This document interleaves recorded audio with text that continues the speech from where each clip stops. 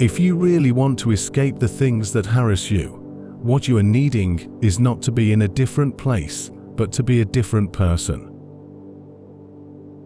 Until we have begun to go without them, we fail to realize how unnecessary many things are. We've been using them not because we needed them, but because we had them. If you live in harmony with nature, you will never be poor. If you live according what others think, you will never be rich. Enjoy present pleasures in such a way as not to injure future ones. It is not the man who has too little that is poor, but the one who hankers after more. Withdraw into yourself as far as you can. Associate with those who will make a better man of you. Welcome those whom you yourself can improve. The process is mutual, for men learn while they teach. Regard a friend as loyal, and you will make him loyal. Nothing is burdensome if taken lightly, and nothing need harass one's irritation so long as one doesn't make it bigger than it is by getting irritated. You should live in such a way that there is nothing which you could not as easily tell your enemy as keep to yourself. To win true freedom, you must be a slave to philosophy. Of this one thing, make sure against your dying day that your faults die before you do. To be everywhere is to be nowhere. What progress, you ask, have I made? I have begun to be a friend to myself. There is no enjoying the possession of anything valuable unless one has someone to share it with. But when you are looking on anyone as a friend, when you do not trust him as you trust yourself, you are making a grave mistake and have failed to grasp sufficiently the full force of true friendship. For many men, the acquisition of wealth does not end their troubles, it only changes them. Philosophy calls for simple living, not for doing penance, and the simple way of life need not be a crude one. The difficulty comes from our lack of confidence. What really ruins our character is the fact that none of us looks back over his life. There are more things, Lucilius, likely to frighten us than there are to crush us. We suffer more often in imagination than in reality. What fortune has made yours is not your own. A woman is not beautiful when her ankle or arm wins compliments, but when her total appearance diverts admiration from the individual parts of her body. Let us say what we feel, and feel what we say. Let speech harmonize with life. Each day acquire something that will fortify you against poverty, against death, indeed against other misfortunes as well. And after you have run over many thoughts, select one to be thoroughly digested that day. People who know no self-restraint lead stormy and disordered lives, passing their time in a state of fear commensurate with the injuries they do to others, never able to relax. All this hurrying from place to place won't bring you any relief, for you are traveling in the company of your own emotions, followed by your troubles all the way. As it is with a play, so it is with life. What matters is not how long the acting lasts, but how good it is. Because thou writtest me often, I thank thee. Never do I receive a letter from thee, but immediately we are together. Men do not care how nobly they live, but only how long, although it is within the reach of every man to live nobly, but within no man's power to live long. The more a mind takes in, the more it expands.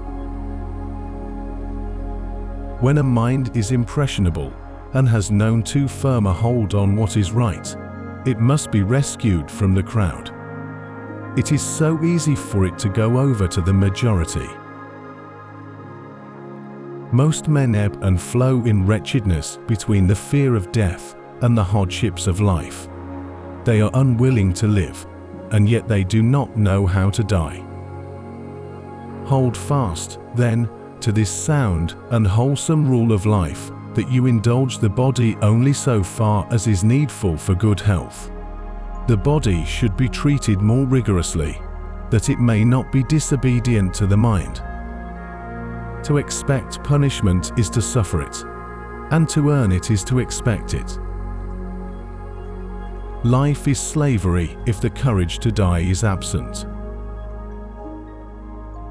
A guilty person sometimes has the luck to escape detection, but never to feel sure of it. Preserve a sense of proportion in your attitude to everything that pleases you, and make the most of them while they are at their best. Reason shows us there is nothing either good or bad, but thinking makes it so. Words need to be sown like seeds. No matter how tiny a seed may be, when it lands in the right sort of ground, it unfolds its strength, and from being minute, expands and grows to a massive size. It is a great man that can treat his earthenware as if it was silver, and a man who treats his silver as if it was earthenware is no less great. It is in no man's power to have whatever he wants, but he has it in his power not to wish for what he hasn't got, and cheerfully make the most of the things that do come his way. The fool, with all his other faults, has this also: he is always getting ready to live. No man's good by accident. Virtue has to be learnt. Nothing, Lucilius, is ours, except time. We were entrusted by nature with the ownership of this single thing, so fleeting and slippery that anyone who will can oust us from possession. For love of bustle is not industry, it is only the restlessness of a hunted mind.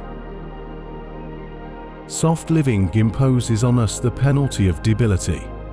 We cease to be able to do the things we've long been grudging about doing. But only philosophy will wake us. Only philosophy will shake us out of that heavy sleep. Devote yourself entirely to her. You're worthy of her. She's worthy of you. Fall into each other's arms. Say a firm, plain no to every other occupation. Every day as it comes should be welcomed and reduced forthwith into our own possession, as if it were the finest day imaginable. What flies past has to be seized at.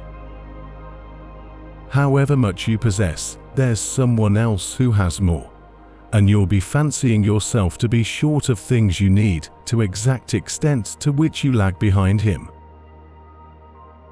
True happiness is to enjoy the present, without anxious dependence upon the future, not to amuse ourselves with other hopes or fears, but to rest satisfied with what we have, which is sufficient, for he that is so wants nothing. If I had not been admitted to these studies, it would not have been worthwhile to have been born. Desultory reading is delightful, but to be beneficial, our reading must be carefully directed. How can you wonder your travels do you no good, when you carry yourself around with you? You are saddled with the very thing that drove you away.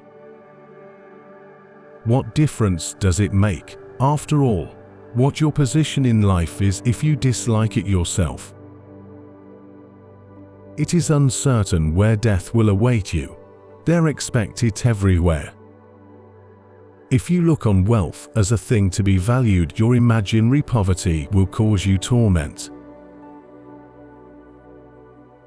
There is but one chain holding us in fetters, and that is our love of life.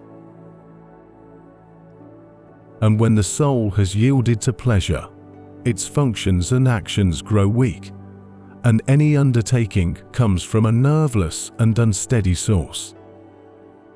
Possession of a friend should be with the spirit. The spirit's never absent. It sees daily whoever it likes. Excellence withers without an adversary.